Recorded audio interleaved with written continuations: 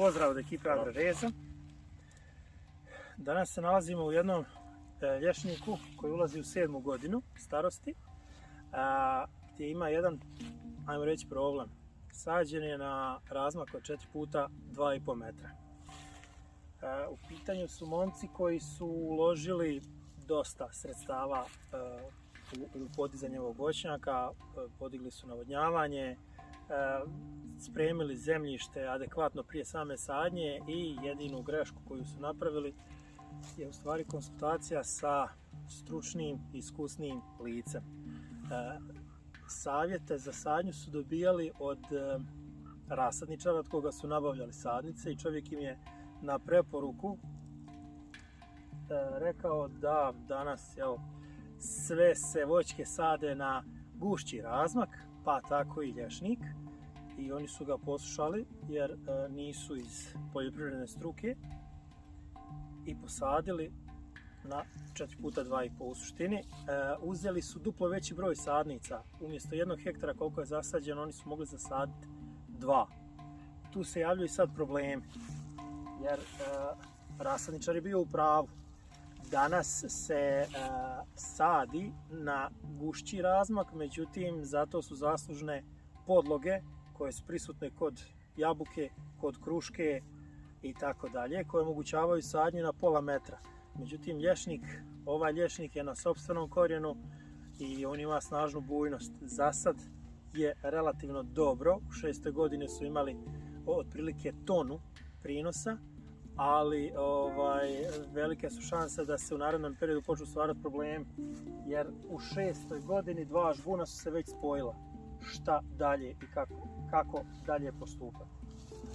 Sve ono što radimo u suštini, radimo na osnovu iskustva proizvođača koji imaju više iskustva nego što mi režemo.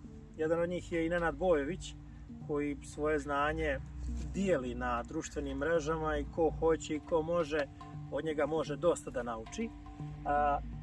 Te principe je ovdje malo teže primijeniti i ovdje bi trebalo da se uradi nešto drugo u odnosu što se radi inače.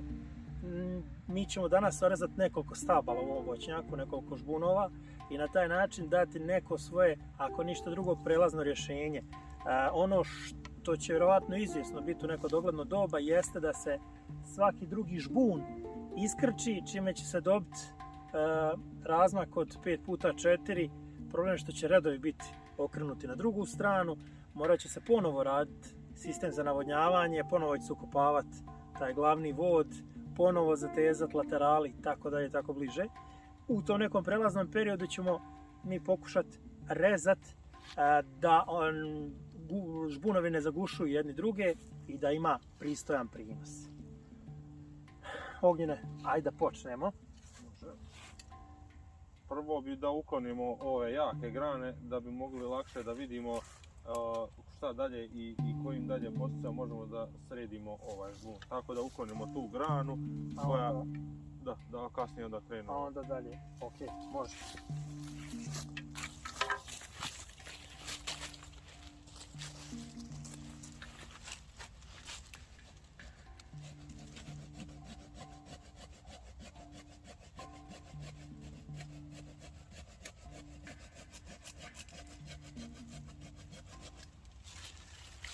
Korak 1 je riješen. Glavni problem je zasjena, jer tamo gdje je zasjenjeno tu više nema prirasta, a one grane koje se formirale ostaju suve. I džaba od ovog prostora niko nema apsolutno nikakve koristi, jer se rodnost prenosi na više dijelove.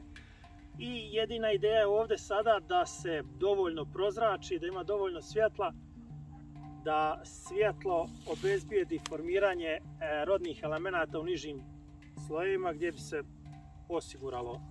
osigurao neki prinos. Ćemo nastaviti dalje? Možemo. Ukloniti ove grane koje smetaju za prolaz mehanizacije.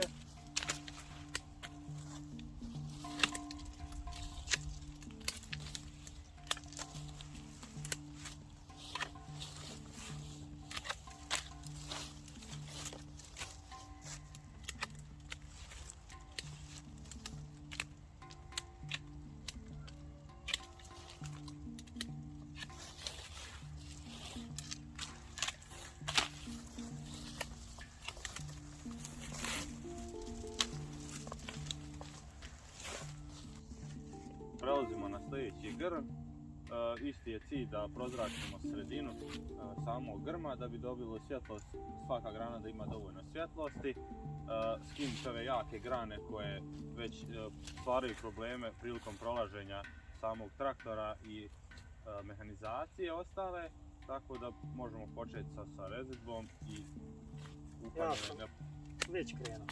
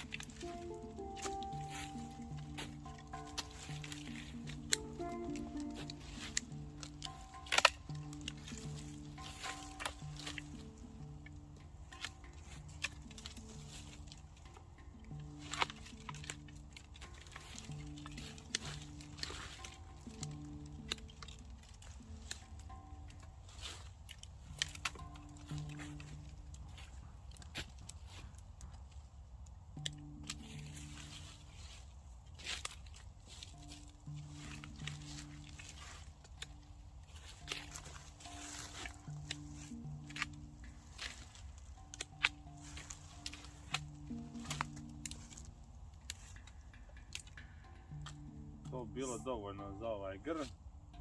Prozračeno, čista krošnja. Tako da ja mislim da je to to.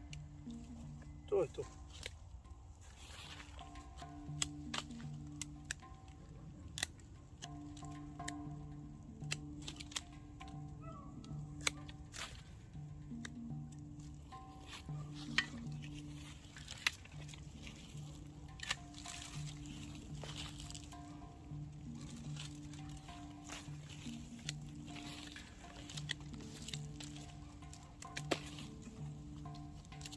Problem je kod ovih grmova gdje su dosta zagušeni, gdje se vidi da odumiru grane koje su suve, gdje nema dovoljno svjetlosti i vazduha i u samom hladu dolazi do odumiranja takvih grana, gdje se takve grane suše, nema roda i bukvalno donji dio odumire. Sav rod i sve se premješta na više dijelove grana, gdje kasnije mlade grane koje su tanke nisu dovoljno ojačale i pod teretom ploda i lista one padaju u međuredni prostor.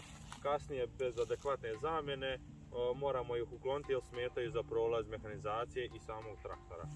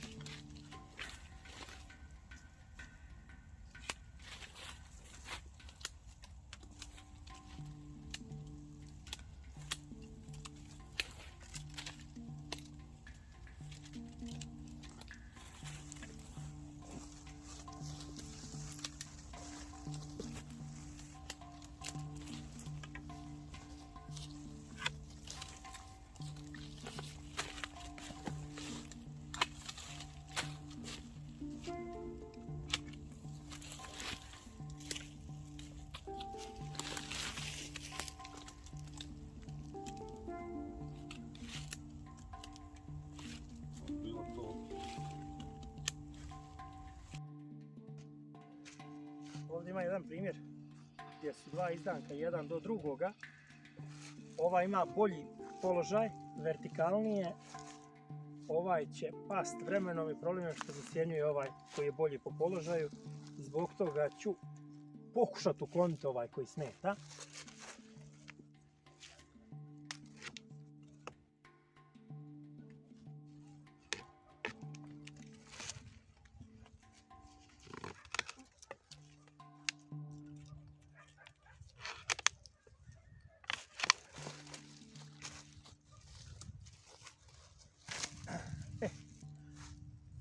ono što se može vidjeti ovdje, poželjno je ostavljati zamjenu kod sistema kad žbuna. Međutim, kad se ostavi jedna zamjena, onda rizikujemo da izgubimo tu zamjenu. Iz nekog razloga ovaj vrh se savio. Ovaj izdanak je maltene pa beskoristan. Ono što se može uraditi jeste da se skrati na ovaj pupoljak, što se u suštini kod lješnika ne praktikuje. Odnosno, mi ne praktikujemo presjecanje vrhova kod lješnika ili u nekom drugom slučaju vađenje komplet. Sam žbun ima ovdje prostora da se ostavi zamjena, znači da se pusti 1 ili 2 nova izdanka i 3 nije problem. I onda se od ta 3 izabere onaj koji je ljepši da se popuni ovaj prostor. Dalje ću nastaviti da režem onako kako je Ognjen rezao u suštini, po istim principima.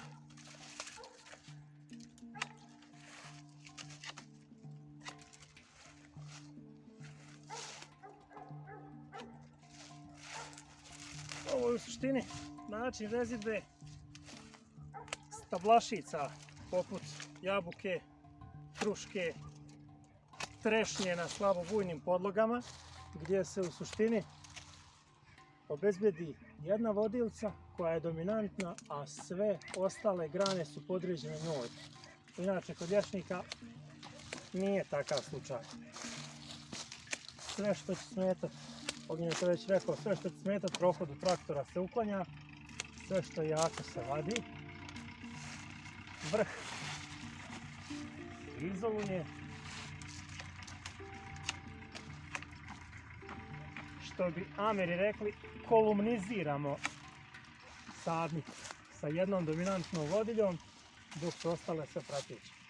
Ova dođe kao zasebna vodilja. Šta je tu problem? One imaju rod na vrhu u donjem dijelu. Kako zasjenjuju jedna drugu, grane se suše i već je rečeno da od tog nema koristi. Zato se to može prevesti na ovu granu. Ova će smetati prohodu mehanizacije, možemo je skloniti. Ili čak, s obzirom da je malo više od 50 cm, možemo izvaditi sve ove grane. Za ovaj žbun to je to.